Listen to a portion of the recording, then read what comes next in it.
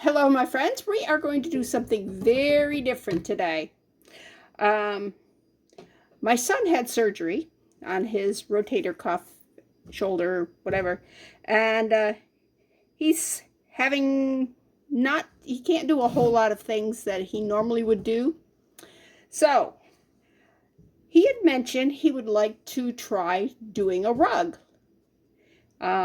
Years ago, he was, I think, 2. I made him and his brother both Snoopy rugs using a punch rug. All right, my husband built me this frame for him. It's just a square wooden thing. It's a 2x4 and 1x2s. Very sturdy. That's the important part. It's got to be very sturdy. All right, then I had to find the right material. This here is like a burlap, but it's kind of softer and white. And that's what I'm going to be showing you with the, I also got some extra for him. But that's what you make the rug on. Okay, first thing we got to do is attach this to the frame. So, I have changed my, where my camera is, so I hope that's not going to be an issue. This is pretty high up, so my light's not giving you a really good light on this. Anyways, I sent my husband to get me some thumbtacks, which I have since figured out there's a difference between thumbtacks and push pins. And I'm going to use some needle nose pliers to hold them because I am terrible with a hammer. All right, I brought 2 hammers here. I brought a regular hammer, ball peen, and, whoops, excuse me, the chasing hammer. Don't know which one will work better. All right, that worked perfectly fine. So I'll probably use that and not the regular hammer. So, oh, I'm sorry. You're right there on top of me, so yeah, I'm probably going to hit you a bunch of times. You want to really focus on getting the material straight.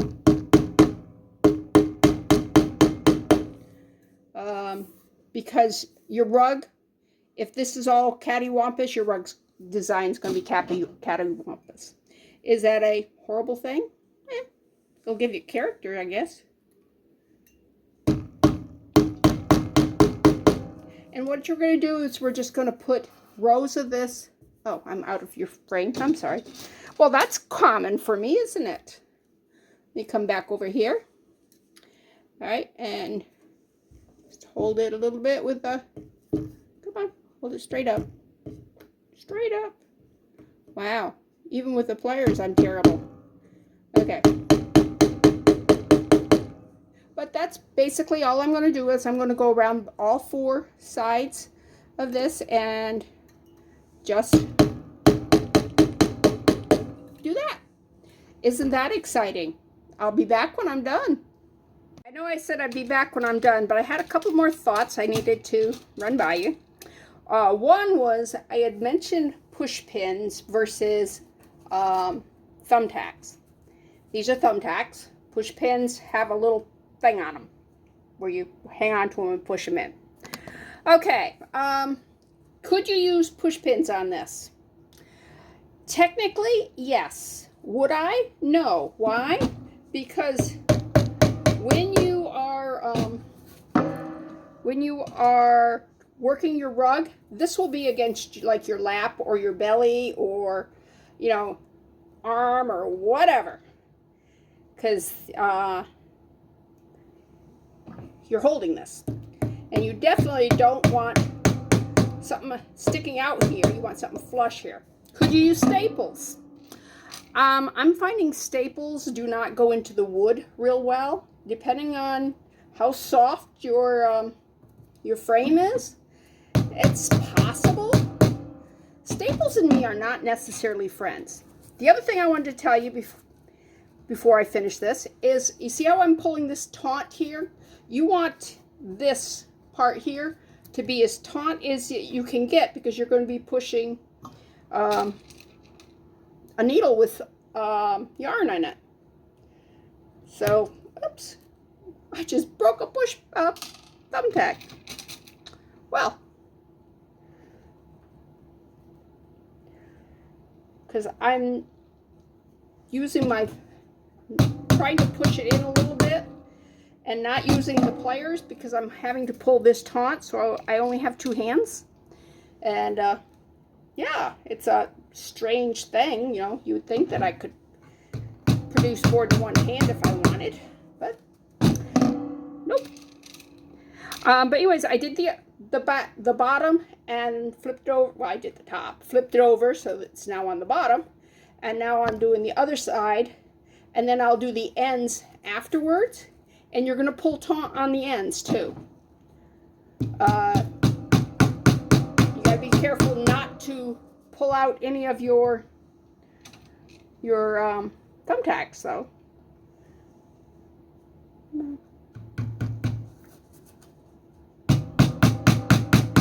Okay, I'll be back. Okay, I have all the tacks in it. Now we've got to decide what we're gonna do with it. Now you see how nice and taut that is? Does that mean you can put a lot of pressure on it? Not really. All right, what are we gonna do for design? If you're writing words, you got to write them backwards because this is the back. This is not the front. This is the back. So when you flip it over, it's going to be mirror image of what this is. So let's go something like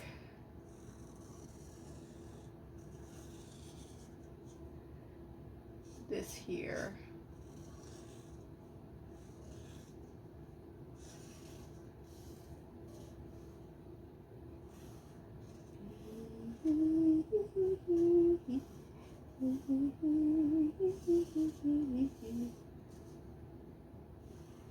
And you might say, why am I writing bee?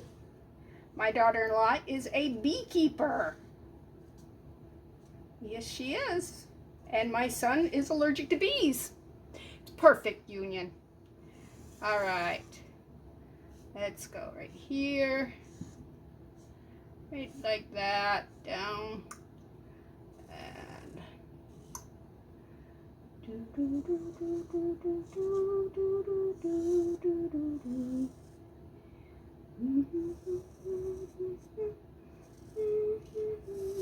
now if you make a mistake, just go on with it, you know, go over it, whatever you want, use a different color, whatever, because this is the back, it's going to be covered with yarn, nobody's going to see it. So, not a big deal. Alright. Yes, I'm a terrible handwriter. I have terrible handwriting. But, you know what? Things like this is very forgiving. Okay, it says be kind. And what else can we do on this? We could put some flowers in it. We could do a lot of different things. Okay, let me show you how to thread the needle. Okay, this is what the needle looks like. Okay, it has a hole here, and then it's got a hollow shaft. It's got this little wire around it here. That's to keep everything in the groove. It also gives a depth for, like, if you wanted a very short nap on your rug, you would bring that down a little bit. We don't. We use the whole thing. Then it has a hole here. Your yarn's going to come down this shaft, and then it's going to go out this part. Then you're going to go in and out and in and out and in and out and in and out. You just punch. That's why it's called a punch rug. Okay. Your very first punch, when you go through, you want to pull the end so it's on the other side. You don't want any strings sticking out on the back side, because that can get caught and pull out your... Ooh, I hit the light instead of you. That's unusual, huh? But if you have something here that gets caught, it'll pull out your stitching. You don't want that. Okay, let's talk about yarns. All right, this is knitted worsting. These two here are both rug yarns. They are very different. This is a very soft, this I got actually when Daniel was 2. Yeah, so this is like 44-year-old yarn, but it didn't go bad. This, I'm not sure where I got it from. It's acrylic. You can feel the difference on it. This feels better. This feels better. I am going to try it with the knitted worsting yarn simply because rug yarn is very expensive. I went online and I was very disappointed online because they put every yarn out there as rug yarn. And I'm going, okay. At Hobby Lobby, it is $8 a thing. Yeah, I'm going, whoa, that's expensive. Okay, to thread the needle, we're going to go in, whoops, yeah. Going to go in through here.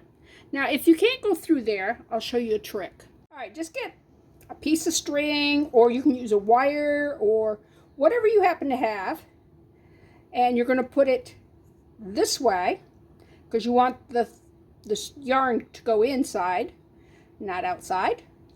So put it like that. Just pull it through like that. Okay.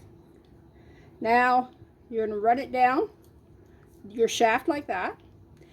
And the same thing, if you can put it through, excuse me, if you can put it through the hole like that, that's fine. If you can't, then again, use your string or wire or whatever you happen to have. Pull that back, so you just got a little piece there. Get rid of your string because it did its work. It's done, and it's on the floor now. Yeah. All right. Now, this is as easy as this is, okay? You saw how we did that, loaded that. Now, you want to go up this way, and then you got to either turn this around physically or turn the whole thing around. You cannot go like this and then come back like that because you'll be punching into your threading, okay? So, let's start with going in like that. Reach under. Ooh, I'm sorry. My whole camera thing just went. Hope you're still in focus, but I need to get underneath here. Of course, I started on the side that's got the most material under it. All right, pull that so it's down like that. Now let me check, see if you're in. Okay, you're still there. You're still with me. All right. Now, all we do, and you want to make sure this thread is always loose. You don't ever want to get that tight. And you pull out, you go over, go in, up, in, up, in, and you're just going, you see the little holes there? You're just going in one of those holes, and you're just following the line, whatever you can do. You don't have to have a design. You can just do geometric shapes. You can do flower stem, whatever you want. Just remember that you gotta fill in beside this too. So yeah, let me pause this, do a little bit, and then I'll flip it over and show you what it looks like, okay? As you see, instead of coming this way and this way and this way, I'm going around the whole thing. You can do it however you want. If you're one of those people who mow the lawn and you have everything perfect stripes, and you go there. If you're one of those that like to do, yeah, go ahead. It's art. Okay, I wanted to show you right here. There's a little bitty loop. Let me show you what you're going to do. You're going to come over here, and you're just going to kind of go like this here, and it will probably pull that loop out of there. You don't want to give it any really strong pull.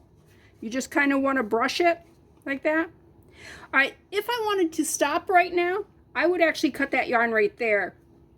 And so that the ball is not attached to it, because you could, if somebody was to pick that needle up and just pull it, it would tear it all out. All right. But the other thing I wanted to say was to keep your stitches close together, because that's what, when you punch a hole in there, you got a hole, and that thread can come out. But then when you push the next one in, it squishes that hole closed, and it fills it in a little bit because it's got the yarn in it. And then the next one's going to squish it. So, yeah, it's like a self-mending. But this is very calming, very easy to do. I was about 8 to 10, somewhere around that age. Whoops. Okay, that got pulled out. I'm not sure why. Something caught. All right. And if you make a mistake or something, you gotta backtrack. That's how easy it is. Okay. See, it's all healed now. Yeah, my mom was doing a punch rug, and my brother Terry and I, whenever she'd put it down, would go over there and just work on it for a little bit. I'm sure it just drove her absolutely nuts, but Mom, God love her, she was really good with us. She didn't, like kill us or anything. So, yeah. This is something that children can do, old people can do, young people can do it, men can do it. All right, that was a cut. All right, now some of these are further apart than others. Not a problem, because as you're going around it again, yeah, that did not get down as far as I want. I may have to figure out where that is and just, address it from the other side. The other thing you want to make sure is you don't pull it like that, okay?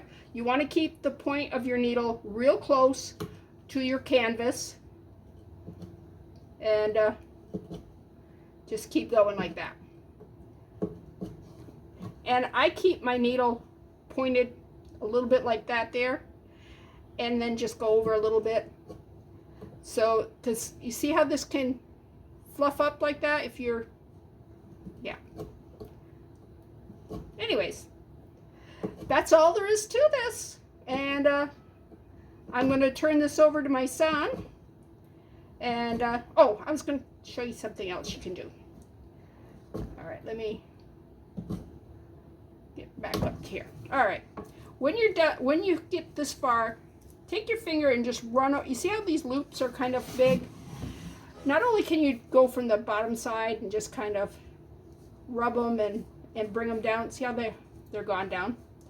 All right, let's find this one here. This one here is right there. Better. All healed. Okay, once you've got your rug done, you have two choices. You can either leave it with these here, which are perfectly comfortable, or you can come through and cut every one of these, which I have never done. I believe my mother did it.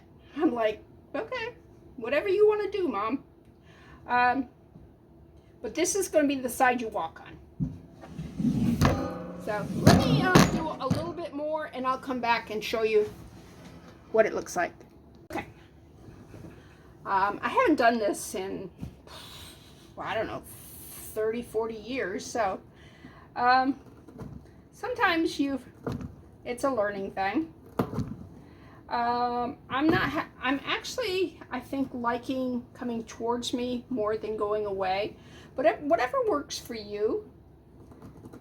And you want to be careful you don't aim it towards where you've already done, because you're apt to catch the yarn in that. But this way I can actually, got a little bit there. I can actually see the holes in the burlap here, so that I can go in the hole and not, catch a string, because you don't want to break the strings. And yeah, I was telling you that you've got your choice of just leaving it natural on the back side. Whoops. All right, or taking and cutting them. The reason you might want to cut them is because if one of these strands get caught on something and pulls, if they're cut, you're only pulling out one little section about this big. One piece of yarn about that big. If you're like this and you pull it, you're apt to pull out that much yarn. So yeah, it's a lot more work. Is it worth it? I don't know. I didn't, the rugs I made for the boys, they did not get destroyed in My sons can destroy a lot of stuff. So anyways, let me, ooh, I just hit my light again. Different light this time. All right. What you're going to do is you're just going to get it under the camera so you can see what I'm doing. All right, right there. All right. I'm just going to cut the thread right like that. Pull the needle back out. And that's what it's going to look like. And then you, of course, cut your starting thread. And you see? You got the beginnings of the thing. Here, let me see if I can get you down further so you can... all right, let me just zoom in so you can see what it's like. See? It looks like a rug. And that is it. So now I can send this over to my son and he can play with it. And I got a lot of balls of yarn about this size that left over from making slippers. So I'm going to send him over a bunch of yarn too. He can practice on this, and once he feels he's good enough, he can either finish this rug if he wants, or he can take and cut another piece and make a rug whatever he wants. Now, is it limited to this size? No. Here, let me take that back over and let's get back to regular size. Okay. You can do this section here, move it over like that right there, tack that down, and just keep going. You can move it up that way, whatever. So the rug can be as big as you want. You got to make sure that your sides are tacked down real well. That's the only thing that's having it bigger than this is going to be kind of. But yeah, we could take, and this material over here, we could actually just like draw bees or flowers or whatever. Draw vegetables, because Daniel does a lot of gardening, so he could do the vegetables, and Missy can have her bee side. So I don't know. But anyways, this was fun. And this, you see how this E is not perfect? When you go to do this, you can just go up here, go over, no. All this is kind of a suggestion. So, yeah. I hope that, either you learn something about punch rugs versus latch rugs. Latch rugs are totally different. They are little pieces of yarn about like this, and you hook them in. This is a lot quicker. Once you get going, this is so much quicker than a latch rug. And more versatile, because you're making it yourself. You can do whatever design you want. So, hopefully you learned some. Hopefully you're encouraged to maybe go and see if you can't find a punch rug needle, or whatever this thing is called. Tool. Punch rug tool. We'll call it that, because we're not wrong. Anyways, this one here it's my original one. So we know it's at least 44 years old, if not older. And, yeah. Well, this is Bethany with New Life Jewelry Creations. Come back and see me. Hit the like button. Bye.